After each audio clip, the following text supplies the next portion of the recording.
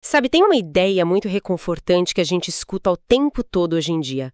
A ideia de que a mente humana é tipo um smartphone de última geração. É a nossa metáfora favorita agora, né? Exato. Porque a gente vive numa sociedade que tem essa obsessão quase palpável, assim, por produtividade absoluta. Com certeza. Tem uma expectativa tácita de que o nosso sistema operacional mental seja sempre limpo. Isso, limpo, lógico e totalmente à prova de falhas. A ideia que vendem é simples. A gente acorda, traça uma meta, avalia os dados disponíveis e toma a melhor decisão possível. Operando como um algoritmo perfeitamente eficiente. E é uma narrativa que a gente adora contar pra nós mesmos, sabe? Porque traz um conforto enorme, né? Traz a sensação de que estamos com as duas mãos firmes no volante da vida, guiando puramente pela razão e pela lógica fria, como se fôssemos imunes a qualquer interferência externa. Só que, bom, quando a gente abre o capô dessa mente humana, o cenário que a gente encontra é, para dizer o mínimo, um pouco caótico. Bastante caótico, na verdade. É. E o mergulho de hoje vai explorar exatamente os bastidores desse nosso comportamento. Para quem está acompanhando a análise de hoje, a gente reuniu aqui uma pilha imensa de materiais. Tem muita coisa. Sim, dezenas de artigos científicos super recentes, anotações detalhadas e aqueles ensaios profundos que foram compilados pelo Everton Andrade. E a missão de hoje é destrinchar isso tudo. E o que essas fontes gritam pra gente de forma muito clara é que esse nosso sistema operacional é, na verdade, cheio de falhas. Cheio de ilusões de ótica, né? Exato. Ilusões e impulsos que operam totalmente nas sombras. É um terreno fascinante e, honestamente, levanta uns questionamentos muito profundos sobre nós mesmos. O nosso objetivo aqui é basicamente dissecar a anatomia de uma decisão. E para conseguir fazer isso com a profundidade que o material do Everton exige, a gente vai cruzar várias fronteiras. Neurociência, sociologia E até psicanálise. A ideia é entender como o cérebro processa 3 pilares fundamentais da nossa existência. O primeiro é o sentir, que é a nossa autopercepção. O segundo seria o frear, né? A nossa capacidade de autorregulação. Perfeito. E por fim, o acelerar, que é a motivação. Beleza, vamos desvendar isso então, porque tem muita coisa surpreendente aí. Para a gente entender como agimos no mundo, a primeira peça desse quebra-cabeça é entender como nós enxergamos a nós mesmos. O pilar da autopercepção. Isso. A palavra em si vem lá do latim. O auto, que significa a si mesmo, e perceptio, que é basicamente a ação de recolher dados pelos sentidos. É uma busca bem antiga. Muito antiga. Vem lá da Grécia com aquele lema famoso do oráculo de Delfos, né? O conheça-te a ti mesmo. Passa por Descartes, por Kant. Só que a ciência moderna, especialmente a neurociência, dá um passo bem mais ousado nessa história toda. Sim, e foi aí que o material me pegou de surpresa. Porque foca muito em como o corpo é fundamental para a gente conseguir pensar. E surpreende muita gente mesmo, porque durante séculos fomos ensinados a separar o corpo da mente, como se fossem coisas distintas. A famosa dualidade, né? Exato. Mas os estudos de neurocientistas pioneiros sobre os chamados marcadores somáticos, do Antônio Damasio, por exemplo, mudaram as regras do jogo. Tá, e o que esses marcadores dizem na prática? O que as pesquisas demonstram é que a autopercepção dos nossos estados corporais, ou seja, as nossas emoções físicas reais, são um pré-requisito absoluto para qualquer decisão que a gente goste de chamar de racional. Espera, pré-requisito? Sim. Sem conseguir ler o que ele chama de eu biológico, o nosso processo de tomada de decisão simplesmente entra em colapso. O sistema 1 e o sistema 2, lá do Daniel Kahneman, precisam dessa base. Sem isso, a pessoa fica incapaz de escolher. Nossa, mas deixa eu ver se eu entendi isso direito. Porque a vida inteira disseram pra gente que decisões boas são decisões frias. É aquela velha história de não envolve emoção nos negócios. Pense com a cabeça e não com o coração. Mas as pesquisas afirmam então que sem o corpo mandando sinais, a razão não funciona. A gente pode pensar nisso como, sei lá, o painel de instrumentos de um carro. Olha, a analogia do painel é simplesmente perfeita. É o que o Damasio quer dizer quando afirma que, sem a biologia, a decisão colapsa. Entendi. Pense no seguinte, a emoção não é o oposto da razão, de jeito nenhum. A emoção é, na verdade, o dado fundamental que alimenta a razão. Então se o painel do carro, que no caso seria o nosso corpo, não acender aquela luz vermelha do óleo piscando. Que seria a emoção. Isso, o medo de o motor fundir. Sem isso, o motorista não toma a decisão lógica de encostar e parar o veículo. Essa é a lógica. É exatamente isso. O que é fascinante aqui é que a lógica sozinha diria apenas: bom, motores precisam de óleo. Fica uma informação inútil, né? Fica. É emoção, aquele disparo físico de ansiedade ao ver a luz vermelha no painel que faz o cérebro dizer: opa, precisamos parar agora. E as fontes trazem exemplos disso no dia a dia, certo? Claríssimos. Uma autopercepção funcional acontece quando, por exemplo, rola uma discussão super acalorada no trabalho. Aquelas reuniões tensas. Isso. Aí a pessoa percebe um aumento no próprio batimento cardíaco, sente a respiração ficar mais curta, nota aquele pico de cortisol. O corpo avisando. Exato. Ela faz a leitura desse marcador somático e aí sim ela decide: vou ficar em silêncio por um momento. Ela usa o dado corporal para evitar uma resposta puramente reativa e instintiva. Tá, mas e quando esse painel de instrumentos está quebrado ou desregulado? Porque isso deve acontecer direto. Ah, acontece. E aí entramos no território da autopercepção disfuncional. E os resultados comportamentais disso são clássicos na psicologia. Eu lembro de um bem famoso nos ensaios. O efeito Dunning-Kruger. Esse mesmo. É um fenômeno muito intrigante, onde a principal característica é a ignorância sobre a própria ignorância. É o famoso cara no churrasco de domingo. Exato. O sujeito assistiu a um vídeo de 5 minutos na internet e de repente está lá tentando explicar física quântica ou virologia com a confiança de um ganhador do prêmio Nobel. É exatamente esse o perfil. E o que acontece ali, neurologicamente falando, é que a pessoa tem tão pouco conhecimento sobre um tema que a capacidade dela de avaliar a própria habilidade... A metacognição, né? Isso, a metacognição falha completamente. O painel não registra o erro. Então ela se percebe como uma super especialista e acaba tomando decisões técnicas desastrosas com uma confiança inabalável. É assustador. E o material mostra que tem um extremo oposto disso também, que me parece ser igualmente destrutivo para a vida da pessoa, que é a famosa síndrome do impostor. Sim, o outro lado da moeda. Na síndrome do impostor, o painel de instrumentos está apitando perigo o tempo inteiro. Mesmo com o carro em perfeitas condições. Perfeito. Aquele profissional brilhante, extremamente qualificado, mas que possui um mecanismo de autocrítica, um superego tão punitivo que se enxerga constantemente como uma fraude. A pessoa olha para o próprio sucesso e acha que foi sorte. Atribui ao acaso ou acha que os outros cometeram um erro de avaliação. Ela não consegue de forma alguma internalizar a própria competência. Nossa, e o mais intrigante nos ensaios do Everton Andrade é que, lendo a fundo, não é só a nossa biologia que bagunça esse painel.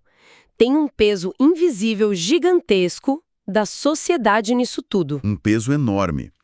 Tem toda uma discussão sociológica ali baseada em Pierre Bourdieu. Isso, o conceito de hábitos, né? Sobre como o ambiente em que a gente cresce dita o que achamos possível para nós mesmos. Exato. É como se a sociedade construísse umas cercas invisíveis ao redor do que podemos desejar. E a gente internaliza essas cercas como se fossem as nossas próprias limitações biológicas. Essa é uma camada crucial. A estrutura social molda silenciosamente as nossas decisões de carreira, padrões de consumo e até as nossas inclinações políticas, sem a gente notar. E a psicanálise também entra com os 2 pés na porta aí, né? Com o Lacan, sim. A psicanálise vai ainda mais fundo nessa ferida, argumentando que muitas das nossas chamadas decisões conscientes são muitas vezes apenas justificativas criadas depois do fato. Aquela racionalização a posteriori. Exatamente. Nós agimos movidos por desejos ou medos inconscientes que não compreendemos direito. E depois o nosso cérebro inventa uma história super lógica para explicar por que fizemos aquilo. É um golpe bem forte no nosso ego. A gente tem essa ilusão de que é o capitão do navio controlando a rota certinha pelo mapa, mas na verdade a gente está sendo arrastado pelas correntes profundas do mar e nem percebe. E a gente inventa que escolheu aquela correnteza. Pois é. Mas aqui é que a coisa fica realmente interessante. E, sendo sincera, um pouco assustadora também. Sobre a tecnologia? Isso. Porque se a autopercepção sempre foi essa bússola interna, por mais falha que seja, O que acontece com a gente quando pegamos essa bússola e entregamos direto na mão da tecnologia? Ah, esse é o grande ponto da crise contemporânea. As pesquisas trazem dados super atuais, agora desse período de 2025 e 2026, sobre o fenômeno do eu quantificado e a autopercepção algorítmica. Essa é, sem dúvida, uma das transformações comportamentais mais radicais da nossa época. Hoje, a tecnologia está literalmente assumindo o papel de nos dizer como estamos nos sentindo. Mas isso é muito bizarro. Pensa comigo hoje, um smartwatch apita no pulso de alguém, avisando que o nível de estresse está alto ou que a pessoa está cansada, antes mesmo dela sentir fisicamente o cansaço. Sim, o algoritmo antecipa a sensação. Nós estamos terceirizando o oráculo de Delfos, o tal do conhece-te a ti mesmo, para uma inteligência artificial. Isso não destrói totalmente a nossa autonomia de decisão? Destrói, corrói profundamente. E para entender o porquê de estarmos aceitando isso tão facilmente, a gente precisa olhar para a história recente. Como assim? Historicamente, as sociedades contavam com ritos de passagem muito claros e estruturas comunitárias sólidas. Para marcar as fases da vida. Isso. Essas coisas serviam para validar a identidade de alguém. Você sabia quem você era pelo seu papel na comunidade. Entendi. E hoje a gente não tem mais isso. No mundo moderno, a falta desses ritos de passagem modernos deixou a nossa autoimagem flutuante. A gente ficou extremamente vulnerável e faminto por algum tipo de validação. E aí entram as redes sociais e os dispositivos inteligentes, que é a validação digital. Entregando exatamente o que a gente estava implorando para ter. Ao delegarmos o ato de sentir e de nos avaliar para os algoritmos, estamos sofrendo uma atrofia da nossa própria percepção emocional humana. Perdendo o contato com o próprio corpo. Exato.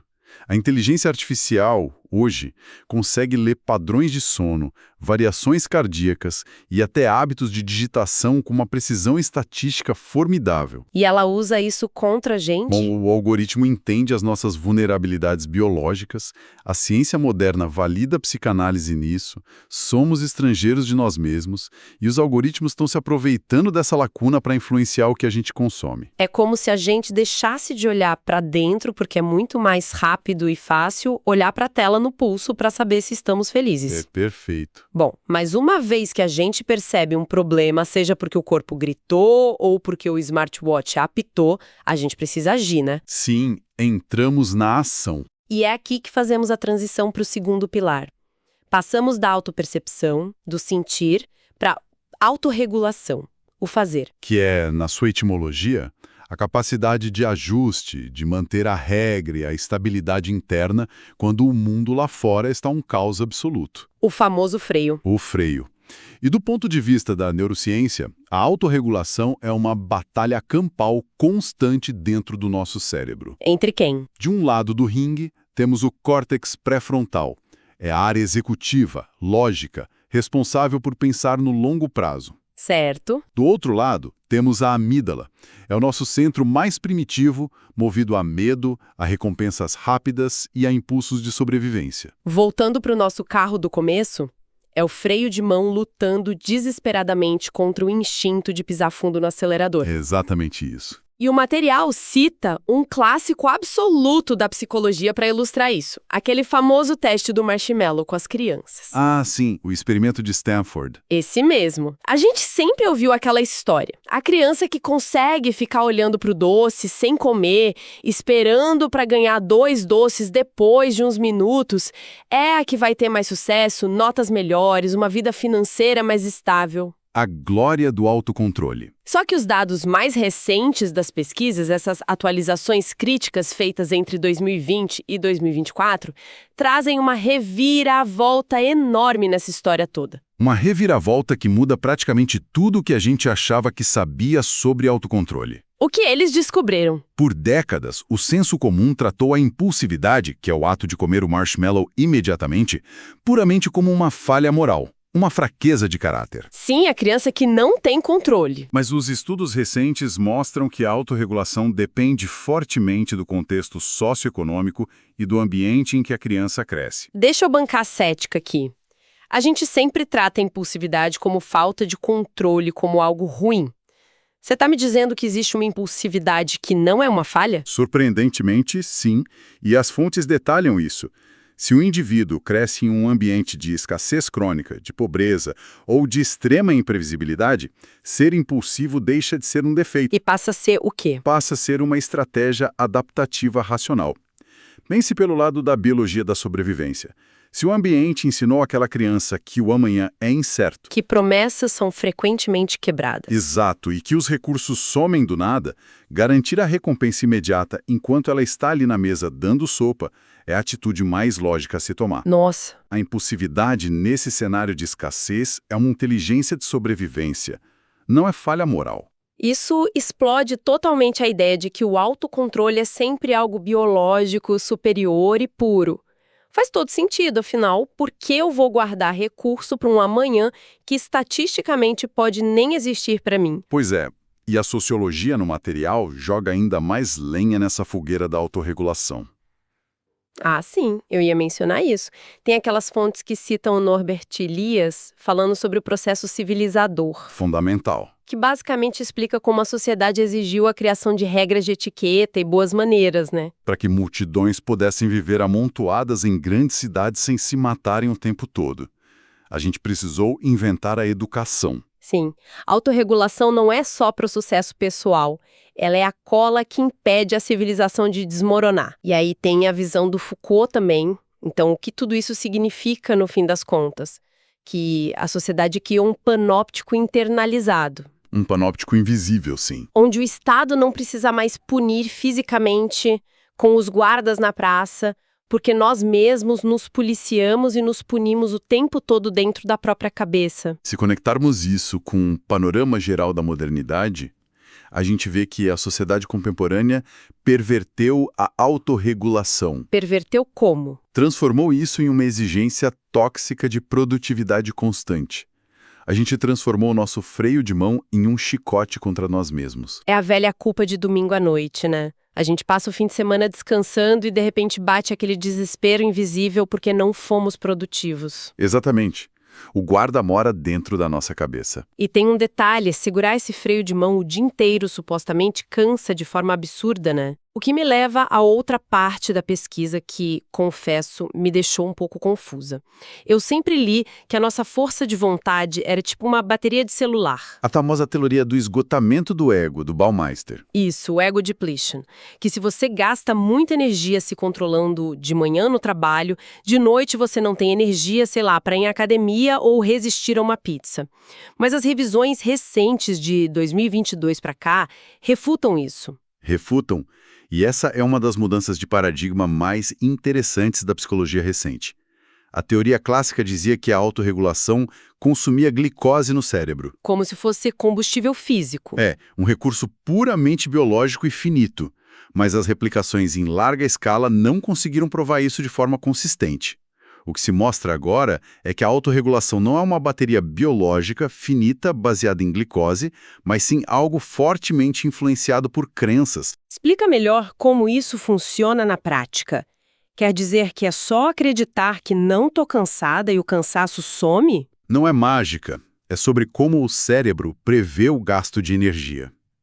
O nosso cérebro é uma máquina de previsão. Se uma pessoa acredita piamente que a força de vontade dela é limitada, o cérebro entra em modo de economia de energia muito rápido. Corta a performance para poupar recursos. Mesmo que ainda haja bastante energia disponível. Agora, indivíduos que possuem a crença interna de que a vontade se renova com o uso, que quanto mais você usa, mais você tem, eles não apresentam essa queda brusca no fim do dia. O cérebro não aciona o limitador artificial. Ah, sensacional! Então não é que a gasolina acabou, é o marcador no painel que está mentindo para poupar o motor. Bela conexão. O cérebro nos engana. E não dá para ignorar que, no meio de toda essa luta interna para segurar o freio, existe uma indústria trilionária trabalhando ativamente contra a gente. A economia da atenção. Sim, o design das plataformas das Big Techs é milimetricamente arquitetado de propósito para quebrar essa nossa regulação. A incapacidade que as pessoas têm de largar o celular para ir dormir não é falha de caráter. É uma falha induzida pelo sistema deles para manter o engajamento. Perfeitamente. E é uma guerra muito injusta. O nosso córtex pré-frontal, que evoluiu devagarzinho, está tentando lutar contra supercomputadores. Milhares de engenheiros rodam testes diários para descobrir como estimular a nossa amígdala. Hackeando nosso freio o tempo todo. O que naturalmente nos empurra para o terceiro e último pilar da nossa mente. A motivação. Isso. Se a autopercepção é o painel de instrumentos e a autorregulação é o freio, a gente chega na motivação, que é o acelerador do carro. E olha, aqui tem um senso comum que me parece muito perigoso. Qual? A gente aprende, desde cedo, que ter o pé afundado no acelerador o tempo todo é algo sempre positivo. É o único caminho para o sucesso. Aquela cultura do trabalho enquanto eles dormem. Mas as fontes desconstroem isso com força. Com muita força. É um erro conceitual grave achar que a motivação é sempre um vetor positivo. Ela precisa obrigatoriamente ser guiada pela inteligência emocional. Senão vira um caos. Vira. A motivação é só força motriz. Quando ela é funcional e está alinhada com a inteligência emocional, ela ativa o córtex pré-frontal dorsolateral. E o que isso gera em termos práticos? Gera o que os pesquisadores chamam de resiliência epistêmica. Tá, e traduzindo esse termo técnico para o nosso dia a dia. É basicamente a capacidade de usar o erro como um dado técnico, não como um fracasso pessoal e humilhante. A motivação madura impede que o ego entre em colapso, além de facilitar muito a empatia cognitiva. Que é entender o que o outro pensa, mesmo discordando dele, né? Exato. Mas e quando a pessoa tem só o acelerador e nem um pingo de inteligência emocional? Eu quero trazer uma contraposição literária presente nas fontes que ilustra isso perfeitamente. O caso do Capitão Ahab. Sim, de Moby Dick. O Ahab era 100% motivado a capturar a baleia branca. Ninguém tinha mais motivação que ele. Mas essa motivação toda destruiu a inteligência emocional dele e levou o navio inteiro à ruína. É a motivação transmutada puramente em obsessão. Exatamente.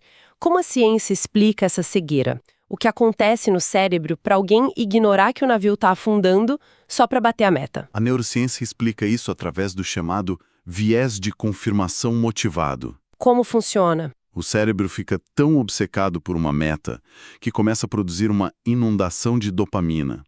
Isso gera um estado de hipomania decisória. A pessoa fica literalmente cega para os sinais de alerta, as red flags. O córtex pré-frontal desliga. É suprimido. A pessoa ignora os fatos objetivos que mostram o desastre chegando. E na psicologia, isso é quantificado pela lei de Yerkes-Dodson. Que diz que o desempenho aumenta com a motivação, mas só até um certo limite, não é? Perfeito. Chega num pico. Depois do ápice, o excesso de motivação faz a qualidade da decisão despencar violentamente. E sociologicamente, as fontes dizem que isso vira a racionalidade instrumental do Max Weber. Onde pessoas são tratadas como planilhas, como meras engrenagens sacrificáveis em prol de metas financeiras ou de poder. A motivação extrínseca destrói a ética. É a receita para o desastre. Para quem está ouvindo a gente até aqui, acho que a grande síntese que dá para tirar de toda essa aplicação prática é que a mente humana precisa, acima de tudo, de equilíbrio. Com certeza. Voltando à nossa viagem de carro, a autopercepção tem que ser o nosso mapa refinado e realista. A autorregulação é a firmeza no volante e os nossos freios. E a motivação é o motor. E um motor extremamente potente, sem direção ou sem freios, não te leva para o sucesso. Ele só leva o carro muito mais rápido para o fundo do abismo. Através daquele viés de custo afundado ou da anomia social. Exatamente. E isso levanta uma questão importante, uma reflexão final provocativa em cima de tudo que a gente debateu hoje. Qual? Pensa bem, se num futuro muito próximo a nossa autopercepção for totalmente delegada aos algoritmos que ficam lendo nossos sinais vitais. Os relógios, anéis inteligentes, isso. E se a nossa autorregulação for controlada por próteses tecnológicas? Imagina wearables dando pequenos choques no nosso nervo vago para forçar o corpo a acalmar sem nenhum esforço da nossa parte. Seria o fim do autocontrole voluntário. O que sobrará do livre-arbítrio? A psicanálise nos diz que o ato de decidir é justamente o esforço humano de integrar as nossas partes fragmentadas e os impulsos inconscientes. É o que nos faz humanos, no fim das contas. Sim, Então, ao quantificarmos e terceirizarmos cada milímetro do nosso ser biológico para essas máquinas, será que a gente está erradicando o inconsciente? Ou a gente está apenas criando uma nova e talvez bem mais perigosa forma de ignorância sobre nós mesmos? Nossa, essa pegou forte. Talvez a nossa obsessão por criar esse sistema operacional perfeito e livre de falhas seja, na verdade, uma baita armadilha. Fica aí o convite profundo para reflexão de quem está acompanhando a gente. Muito obrigada pela escuta.